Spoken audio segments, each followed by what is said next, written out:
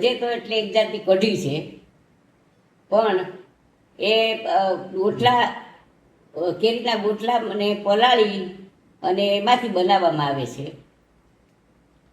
હવે મને પરીશો અમારા વહુએ બનાવી છે, બનાવ્યો જ ફજેતો, ચાખીએ. તમારા જેવો તમે જેવો બનાવતા એવો બન્યો છે કે જોઈએ, નહીં જોઈએ. એનો રિવ્યુ આપજો બા. હા હાજી, બસ બેટા બસ બસ.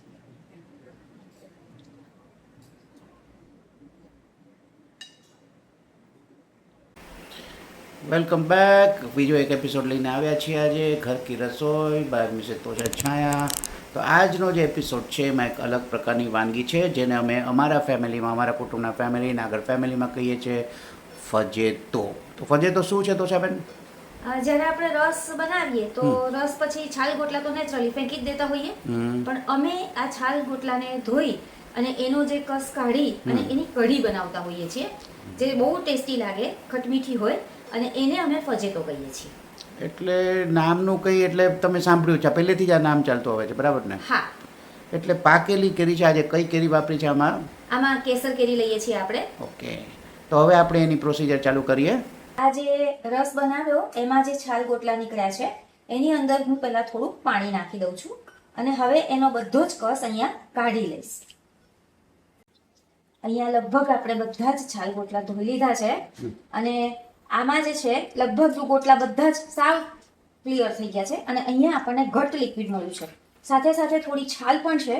જરૂર મુજબ પાણી નાખીને એમાંથી બધો જ કસ કાઢી લીધો છે. એટલે અત્યારે જે છે આ ખાલી પાણી અને આનું જે અંદરનું જે રહી ગયું હતું એ, એટલે કેરીના રસ જેવું જ કહેવાય. હવે આમાં જે આપણે જોઈ રહ્યા છીએ કે ભાઈ આમાં શું છે કે જે આ તમે આ કાઢ્યો રસ, તો એમાં છોતરા પણ રહી ગયા હશે, તો એનું શું? આપણે એને પહેલા ફિલ્ટર કરી લઈશું આ પાણીને, અને પછી એને ચણાનો લોટ નાખીને ક્રશ કરશું, જેમ આપણે કઢી બનાવતા હોઈએ છીએ. ઓકે. એટલે ખ્યાલ પણ નહીં આવે કે આમાં કોઈ છોતરા છે.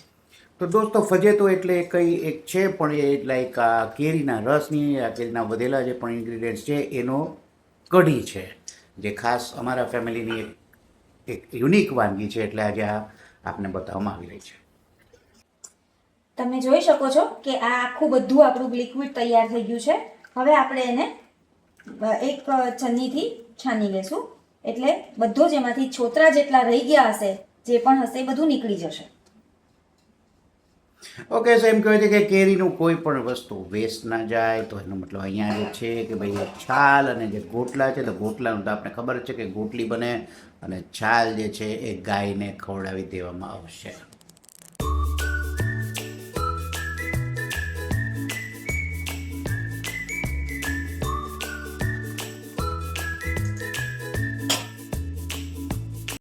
હવે આપણે ફજેતોની પ્રોસેસ ચાલુ કરીએ.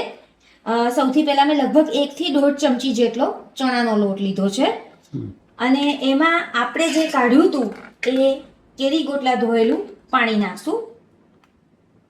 પહેલા થોડુંક જ નાખશું.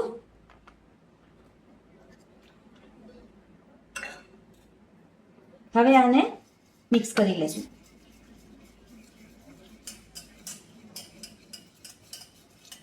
જેથી કરીને ચણાના લોટમાં ગાંઠી ન પડે. આ આપણો ચણાનો લોટ ડોળીને તૈયાર છે. હવે એમાં આપણે બાકીનું આ પાણી કેરીનું ઉમેરી દેશું. હવે આમાં ડાયરેક્ટલી રસ તમે લીધો હોત તો શું ફરક પડે? હા, હવે આપણે ડાયરેક્ટલી જો રસ લીધો હોત તો રસ આપણે કેરીનો ઉપરનો ભાગ લઈએ છીએ, જે ગળ્યો જ હોય. પણ આપણે જ્યારે કઢી બનાવીએ ત્યારે નેચરલી એ ખટમીઠી હોય, અને ગોટલા થોડા ખાટા હોય. કોઈ પણ કેરી હોય, હાફૂસ હોય કે કેસર, થોડાક ગોટલા ખાટા હોય. એટલે ગોટલાને ધોઈને લેશું તો એનો બહુ ફાઇન આપણને ટેંગી ટેસ્ટ મળશે, અને એ યુઝ પણ થઈ જશે, જે રસમાં નહોતું થયું. That is a very good opinion, very good. અને ટીપ કે કોટલા હોય થોડા ખાટા હોય એટલે એ ખટાશ આમાં કઢીમાં આવી જશે. Very good.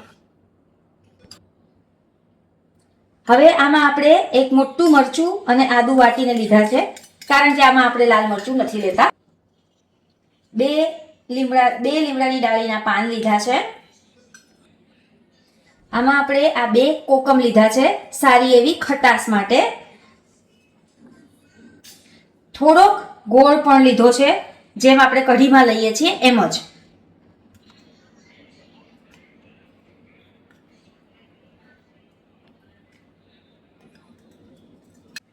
આની કન્સિસ્ટન્સી સેટ કરવા માટે હવે આમાં આપણે થોડુંક પાણી જરૂરિયાત પ્રમાણે નાખીએ છીએ. આવી કન્સિસ્ટન્સી રાખવાની છે. હવે આપણે ફજેતાનો વઘાર કરશું. તો વઘાર માટે મેં અહીંયા તેલમાં રાઈ, જીરું, 2-3 લવિંગ, 2 આખા લાલ મરચા, એક તજનો ટુકડો લીધા છે. આપણે ફાસ્ટ એકવાર જોઈ લઈએ કે આપણે આપણા આ ફજેતામાં શું શું લીધું. તો એમાં આપણે લીધા ધોયેલા છાલને ગોટલા, એનું પાણી, પછી એમાં લગભગ 1.5 ચમચી જેટલો ચણાનો લોટ નાખ્યો, એમાં આપણે વાટેલા આદુ મરચા નાખ્યા, લીમડો નાખ્યો અને ગોળ નાખ્યો, એની સાથે સાથે કોકમના ફૂલ નાખ્યા. હવે વિચાર આવે કે ખટાશ માટે તો આપણે દહીં કે છાશ લઈ શકીએ, ટમેટું લઈ શકીએ, લીંબુ લઈ શકીએ, તો કોકમના ફૂલ જ શું કામ? તો દરેક વસ્તુઓ એકબીજા સાથે મેચ થવી જોઈએ. આપણે તુવેરની દાળ બનાવીએ તો એમાં આપણે લીંબુ નાખતા હોઈએ, પણ જ્યારે આપણે ફજેતો બનાવીએ છીએ તો એમાં કોકમના ફૂલ જ મેચ થશે, એટલે આપણે એ નાખીએ છીએ. હા, જો વધારે ખટાશની જરૂર લાગે તો આપણે પછી જમતી વખતે એમાં આપણે લીંબુ નીચવી શકીએ છીએ. આ આપણો વઘાર આવી ગયો છે, એટલે હવે આમાં આપણે નાની ચમચી ભરીને હિંગ નાખશું.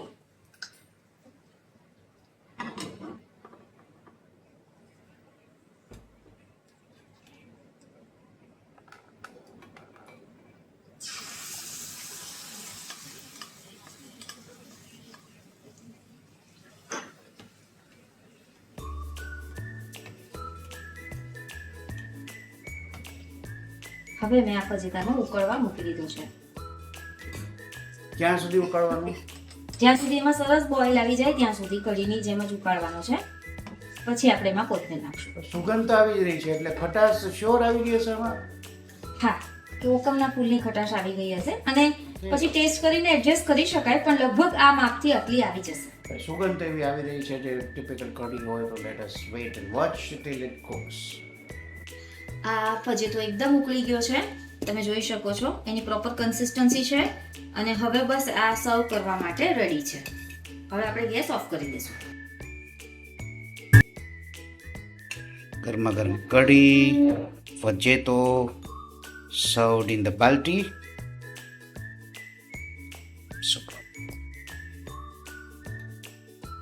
સુગંધ અને ટેસ્ટ જ કહી દે છે કે આ કેવું લાગશે. સુગંધ અને લુક્સ કહે છે કે આ કેવું લાગશે. જોઈએ. ઓકે, સો બા, તમે આજે ફજેતો બન્યો છે ઘરમાં, તો ફજેતા વિશે કંઈક બોલવું છે તમારે? હા.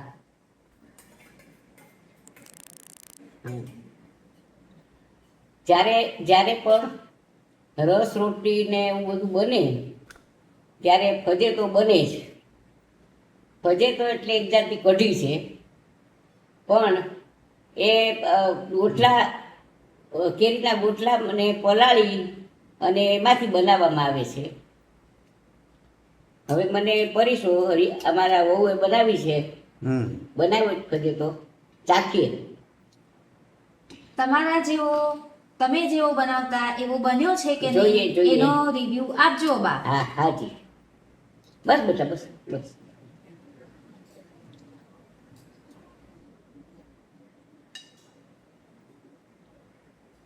ઓકે બા, કેવો બન્યો છે ફજેતો?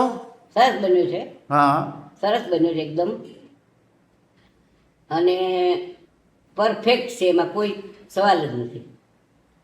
થોડુંક નમક નાખવાની જરૂર છે, ઓકે. અને બીજું બધું? બાકી બધું બરાબર છે એકદમ. ઓકે. ગળપણ, ખટાશ, આદુ મરચા બધું જ. હજે તો એક જાતની કઢી જ છે, પણ જ્યારે રસ બનાવવામાં આવે ત્યારે કેરીના ગોટલાની અંદર થોડો પલ્પ રાખી દઈએ અને એને એકદમ પેલા કરી અને એનો રસ બનાવીએ અને એને કઢી રૂપે બનાવવામાં આવે થોડો.